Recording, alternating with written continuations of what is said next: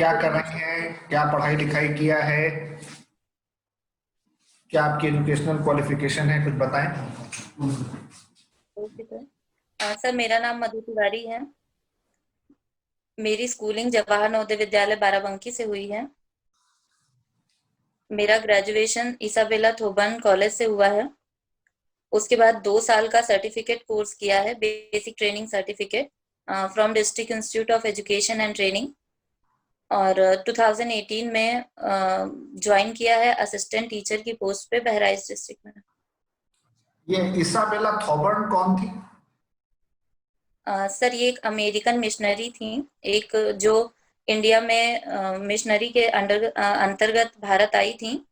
और ये जानी जाती हैं सर एजुकेशनल इंस्टीट्यूट इस्टेब्लिश करने के लिए। दो मेन है सर, एक आईटी कॉलेज है और एक कानपुर का मेथोडिस्ट स्कूल है।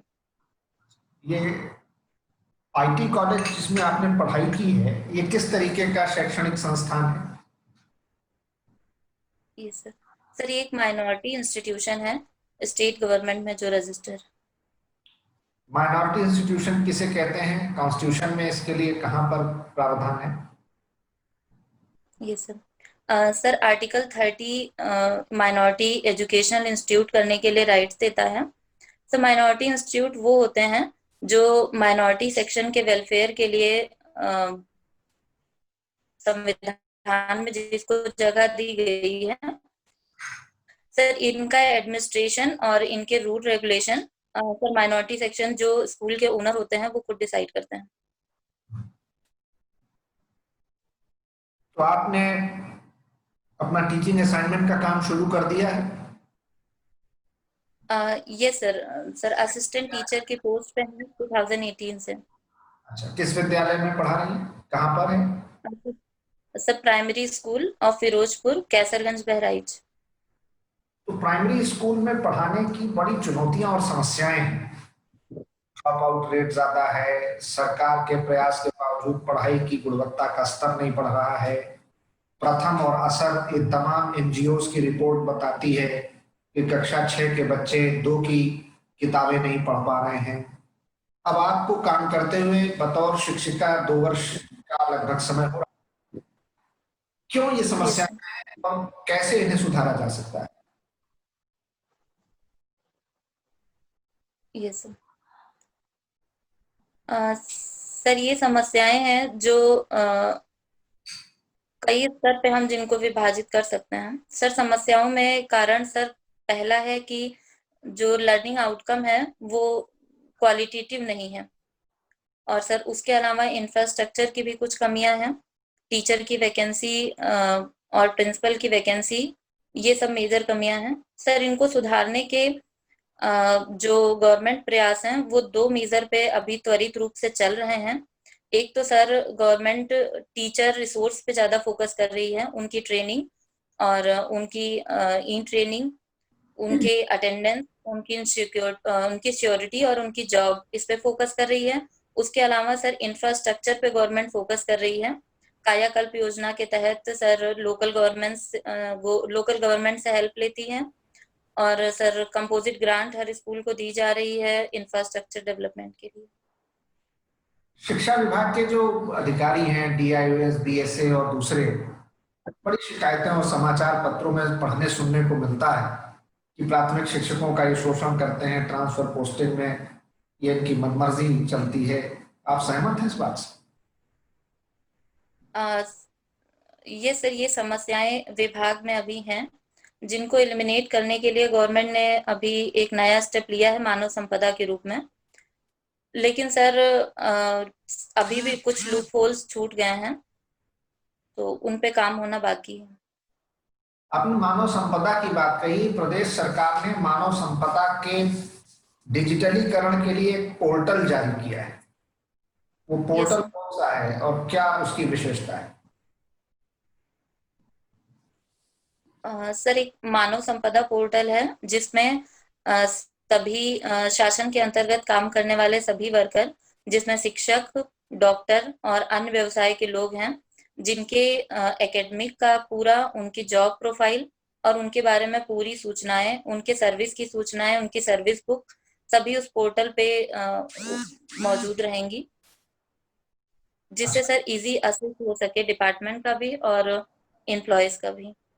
उसके अलावा सर छुट्टी लेने के प्रावधान भी हैं, जिससे टीचर्स के उसमें काफी हेल्प हुई है टीचर्स को। न्यूज़पेपर आज का पढ़ा आपने? No sir. नहीं। नो ऐसा क्यों? सर। ऐसा क्यों? जब आपका इंटरव्यू होना है आपको न्यूज़पेपर पढ़ना चाहिए था। चलिए, सामान्यतः कौन सा समाचार पत्र पढ़ती हैं आप? Yes sir. Sir Dainik Jagran. कौन इसके संपादक हैं? Sorry sir, I have to read on that. अच्छा, आपका वैकल्पिक विषय क्या है? Sir geography. ज्योग्राफी। भूगोल का जनक किसे कहा जाता है?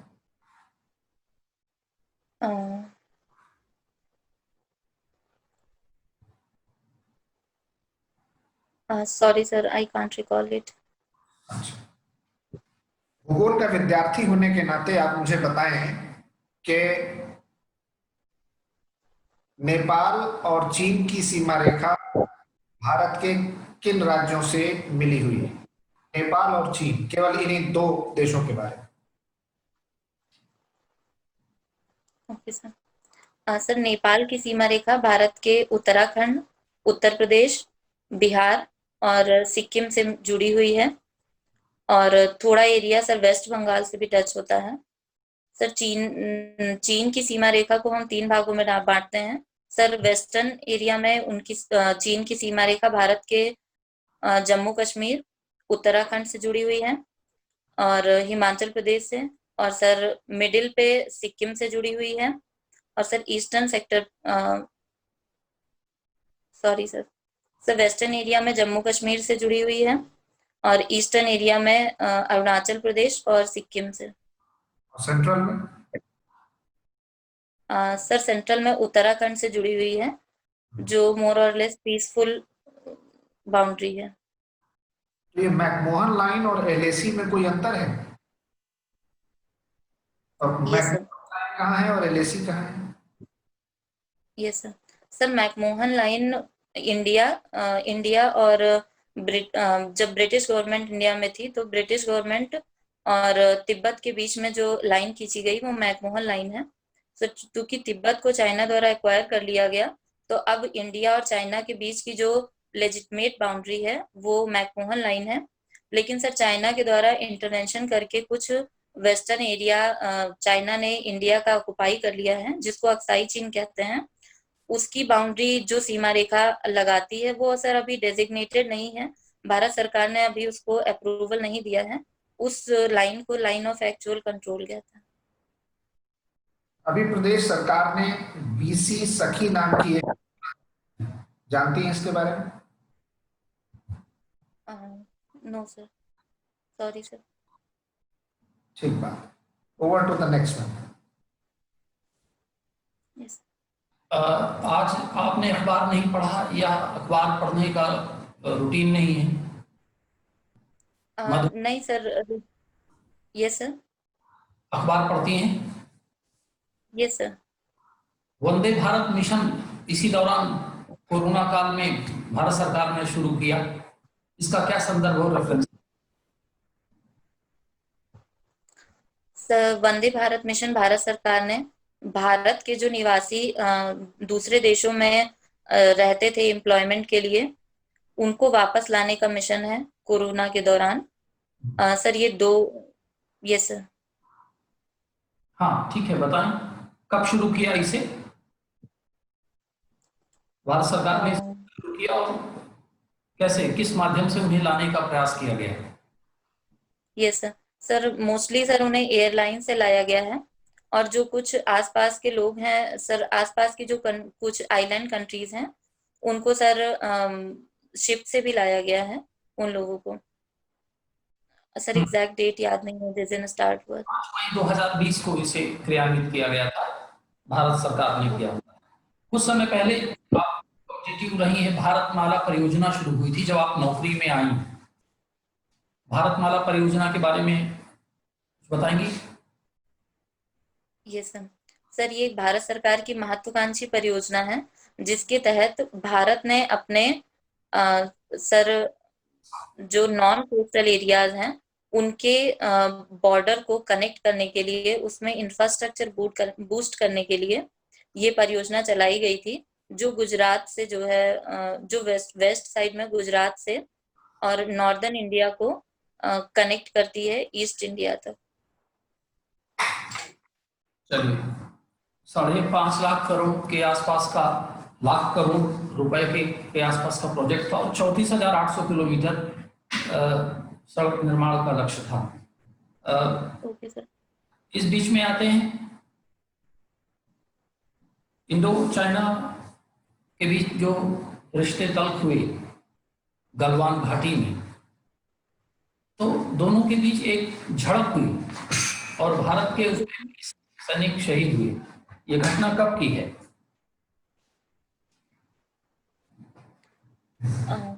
सर ये भी रिसेंट की घटना है, लेकिन सर डेट नहीं याद है। 15 जून को ये घटना हुई। इसके अलावा और विवाद के कौन कौन से बिंदु हैं भारत और चीन के बीच सीमा रेखा को लेकर के?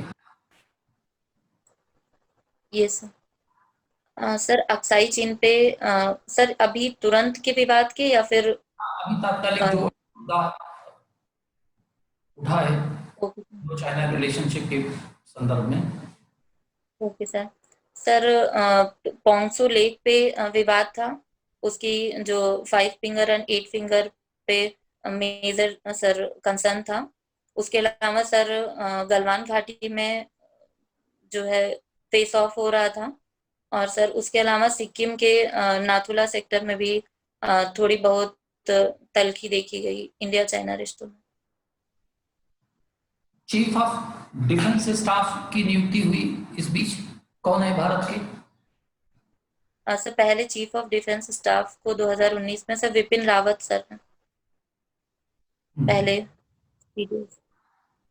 महत्वाकांक्षी परियोजना भारत सरकार ने शुरू की कोरोना में, इस देश की अर्थव्यवस्था को पटरी पर लाने के लिए, सशक्तिकरण के लिए। आत्मनिर्भर भारत, यस आत्मनिर्भर भारत के बारे में कुछ बताइए। यस सर आत्मनिर्भर भारत परियोजना भारत सरकार ने शुरू की, जो कि सर भारत को प्रोडक्शन मैन्युफैक्चरिंग के सेक्टर में इंडिया को सेल्फ रिलायंट बनने के दिशा बनाने की दिशा में ये एक प्रयास है, जिसके तहत सर प्रधानमंत्री मोदी जी ने 5 चीजों पे ज्यादा फोकस करने की बात की। 5 पिलर्स उन्होंने बताए थे, वो 5 पिलर्स कौन से? Sir economy, demographic dividend, system, demand and market. Brazil में जंगलों में भीषण आग की घटना घटित हुई पिछले कुछ दिनों में। यह विश्व पर्यावरण के लिए एक संवेदनशील विषय है, बहुत महत्वपूर्ण घटना है, विध्वंसकारी घटना है। क्यों? दुनिया में अमेजन लगी रहती है, लेकिन ब्राजील की इस घटना से पूरे विश्व चिंतित था। यस सर अमेजन के फॉरेस्ट जो है वो इक्वेटोरियल रेन फॉरेस्ट में आते हैं, और उन्हें पूरे अर्थ का फेफड़ा कहा जाता है। वो जो सर सब ट्रॉपिकल की जो पॉल्यूटेड एयर होती है वो ट्रेड विंड्स के सहारे इक्वेटोरियल रीजन पे जाती है, और वहां वो उस कार्बन डाइऑक्साइड को एब्जॉर्ब करके ऑक्सीजन को छोड़ते हैं पेड़, जिससे सर क्लाइमेट मिटिगेशन होता है, कार्बन डाइऑक्साइड का सर कार्बन सिंक इंक्रीज होता है। सर अगर अमेजन के जंगलों में आग लगेगी तो ये पूरी दुनिया के लिए कॉज ऑफ कंसर्न है सर, क्योंकि कार्बन स्टॉक कम होगा कार्बन, और सर आग से एक तो डिफॉरेस्टेशन का होगा, और दूसरी बात जो कार्बन डाइऑक्साइड निकलेगी, जो गैसें निकलेंगी, उससे फर्दर क्लाइमेट चेंज की जो प्रोसेस है वो स्पीड अप हो जाएगी। तो सर इसलिए कई मल्टी नेशनल ऑर्गेनाइजेशन में भी ये बात हुई कि जैसे आपको इसके बारे में पर्याप्त सूचना है? आपके विषय का एक एक व्यक्ति का नाम लूंगा, एक महान एकेडमिशियन का, Eratosthenes. Have you heard ever this name? Eratosthenes. अच्छा, एक Yes, sir. किताब, I heard. ज्योग्राफी का एक किताब है, लिखी गई है, उसके बारे में सुना है कभी? किसने लिखा है? No, sir. कंपटीशन की तैयारी की है तो आपने हिस्ट्री भी पढ़ा होगा, पॉलिटी भी पढ़ा होगा, ज्योग्राफी, साइंस एंड टेक। कभी Yes, sir. टॉलमी के बारे में सुना है? सर किसके बारे में? टॉलमी के बारे में सुना है? टॉलमी कोई यात्री था, विदेशी यात्री। Yes, sir. Ptolemy, Diodorus, Strabo, Yes, sir. Pliny, Plutarch, Justin. Yes, sir. तो टॉलमी एक यात्री था यूनान का, उसने एक किताब लिखी थी। उस किताब का नाम क्या है? आपके ऑप्शनल से एकदम से मैच करता है। ज्योग्राफी का उन्होंने किताब लिखी थी जिसमें यात्रा विवरण थे और भूगोल से संबंधित कुछ जानकारियां भी थी। लेकिन मैं इराटोस्थेनीज का नाम इसलिए पूछ रहा था आपसे कि इन्हें भूगोल का जनक माना जाता है। तो आप पढ़ेंगे भूगोल के जनक के रूप में एक दो और नाम, तो उन्हें थोड़ा सा माइक्रो रूप में एनालाइज किया गया है, लेकिन इराटोस्थेनीज को वाइडली एक्सेप्ट किया जाता है। जैसे इतिहास का जनक आपसे कोई पूछे तो आप एक नाम खट से बता देंगे। याद है इतिहास का जनक? No, sir.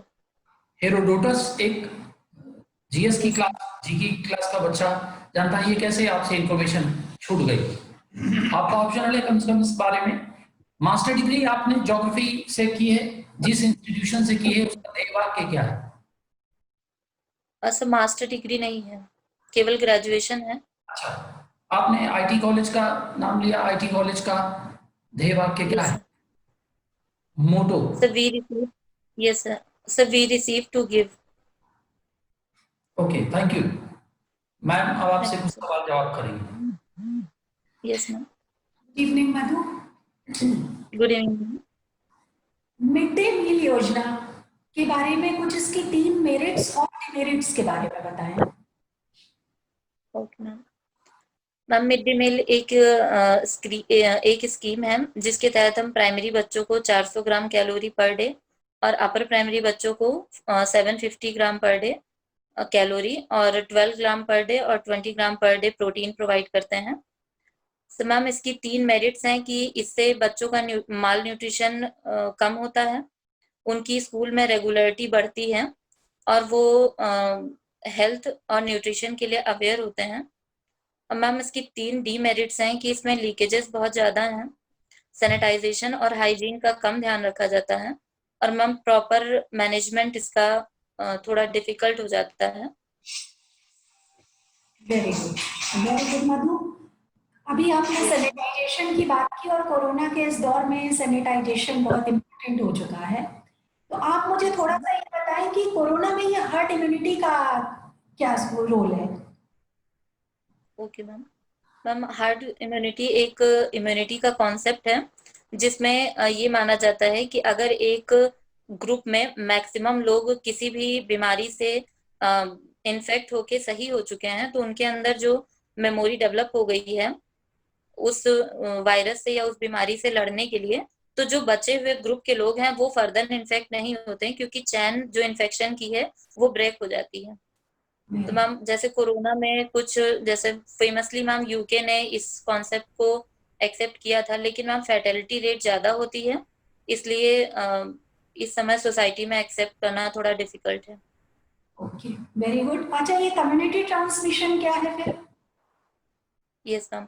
Sir ma'am community in fact ma'am अगर कोरोना के बारे में बात करें तो जब ट्रांसमिशन थर्ड स्टेज में पहुंच जाता है, जब मैम स्प्रेड ऐसे हो कि आप जान ना पाए कि रिसोर्स क्या था, ma'am person to person transmission ना होके ऑब्जेक्ट से इन्वायरमेंट से जब ट्रांसमिशन होने लगे तो उसे कम्युनिटी ट्रांसमिशन कहते हैं। Very good. अच्छा, इसके लिए एक थेरेपी यूज की जा रही है, plasma therapy. Plasma yes therapy ma'am. का क्या रोल है कोरोना को ठीक करने के लिए? Yes ma'am. Ma'am plasma therapy, ma'am plasma एक सब्सटेंस है जो ब्लड में पाया जाता है। तो प्लाज्मा थेरेपी में मैम जो पेशेंट ठीक हो चुके हैं, जिनके ब्लड में मेमोरी सेल्स डेवलप हो चुकी हैं, एंटीबॉडीज डेवलप हो चुकी हैं कोरोना से लड़ने के लिए, उनके प्लाज्मा को एक्सट्रैक्ट करके जो इन्फेक्टेड पर्सन है, अगर उनके अंदर वो प्लाज्मा ट्रांसफर किया जाता है तो कुछ मेमोरी सेल एंटीबॉडीज के साथ ट्रांसफर हो जाती हैं, जिससे उस आदमी को कोरोना से कॉम्बैट करने में आसानी होती है। लेकिन मैम ये बहुत कारगर कोरोना में नहीं है, क्योंकि मैम अभी रिसेंट स्टडी के अकॉर्डिंग केवल 5% लोगों में मेमोरी सेल 2 हफ्ते से ज्यादा परसिस्ट करती। बहुत अच्छा मधु। अच्छा ये बताइए, आप प्राथमिक शिक्षा से जुड़ी हुई हैं, तो ऐसे कौन से 3 गुण या 3 विशेषताएं आपके भीतर हैं जिनको लेकर के आप प्रशासनिक सेवाओं में आना चाहती हैं? Yes ma'am. Ma'am first of all जो इंडिया की नीड ऑफ द आवर है एजुकेशन, उसके बारे में मैम ग्रास रूट लेवल पे हम अवेयर हो चुके हैं कि क्या प्रॉब्लम है, क्या अचीवमेंट है, कैसा इम्प्लीमेंटेशन है और क्या लूप होल्स हैं। तो मैम ये मुझे एडमिनिस्ट्रेशन में काफी हेल्प करेगा, 2 साल का एक्सपीरियंस। सेकेंड थिंग मैम, उनके गार्जियन से बात करके, गांव में सर्वे करके जो रूरल एजुकेशन, रूरल वुमेन की सिचुएशन है, उससे हम अवेयर हो चुके हैं, उनकी प्रॉब्लम से और उनके साथ क्या कॉन्सिक्वेंसेस होते हैं। ये 2 चीजें। और मैम इसके साथ इस जॉब के रहते मैम मुझमें पेशेंस आया है कि अगर आपके पास इंफ्रास्ट्रक्चर ना हो, आपके पास रिसोर्सेस ना हो या कम भी हो, फिर भी आपको बेस्ट परफॉर्मेंस देनी होती है। तो मैम ये 3 चीजें मुझे एडमिनिस्ट्रेशन में हेल्प करेंगी। Very good. मधु, एक अंतिम प्रश्न मेरा कि महिलाओं से जुड़ी क्या क्या योजनाएं गवर्नमेंट चला रही है, जरा सा उनके बारे में बताएं। Yes ma'am. मैम वुमेन से जुड़ी कई कैटेगरी में गवर्नमेंट प्रोग्राम्स चला रही है। व्हेन वी टॉक अबाउट इन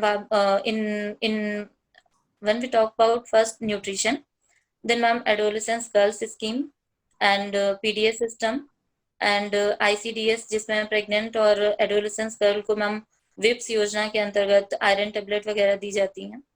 और मैम एम्पावरमेंट में अगर हम बात करें एम्प्लॉयमेंट में, तो मैम MDM स्कीम, ICDS, आशा, और ये सारी स्कीम है जिसमें वुमेन को स्पेशली एम्प्लॉयमेंट दिया जाता है। इसके अलावा मैम मैटरनिटी बेनिफिट के लिए कई सारी योजनाएं हैं, जैसे PM मातृ वंदन योजना, जननी सुरक्षा योजना, एक लक्ष्य इनिशिएटिव है लेबर रूम के इम्प्रोवाइजेशन के लिए, और मैम इम्यूनाइजेशन प्रोग्राम्स भी चलाए जा रहे हैं। तो ये मैम, और कुछ इनोवेटिव मैम इन्वेंशन या एंटरप्रेन्योरशिप को डेवलप करने के लिए stand up India and startup India, और इसके साथ मैम SSG ग्रुप और MSME में भी वुमेन को प्रायोरिटी देके और गवर्नमेंट उनके एम्पावरमेंट में हेल्प कर रही है। Very good, very good. Madhu, एक मेरा अंतिम प्रश्न, हॉबीज आपकी क्या क्या हैं? मैम मेरी हॉबी है मैम हिस्टोरिकल मॉन्यूमेंट्स को विजिट करना और handball game playing. Pardon, next one is? Ma'am handball playing. Okay. Handball playing. Yes. कौन कौन से ऐतिहासिक स्मारक अभी तक आप देख चुकी हैं?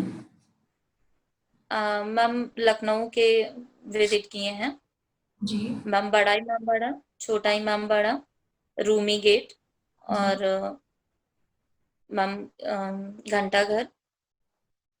Yes ma'am. अच्छा, रूमी गेट को रूमी गेट क्यों कहा जाता है Madhu? Yes ma'am. Ma'am Rumi gate इसको इसलिए बोला जाता है क्योंकि ये कॉन्स्टेंटिनोपल गेट का रेप्लिका है और उस समय उसको रोमन साम्राज्य कहा जाता था, तो मैम वहां से ये नाम निकल के आया है रूमी गेट। बहुत अच्छा, बहुत अच्छी पकड़ है आपकी अपने विषय पे। बहुत बढ़िया रहा आपके साथ ये साक्षात्कार। All the best.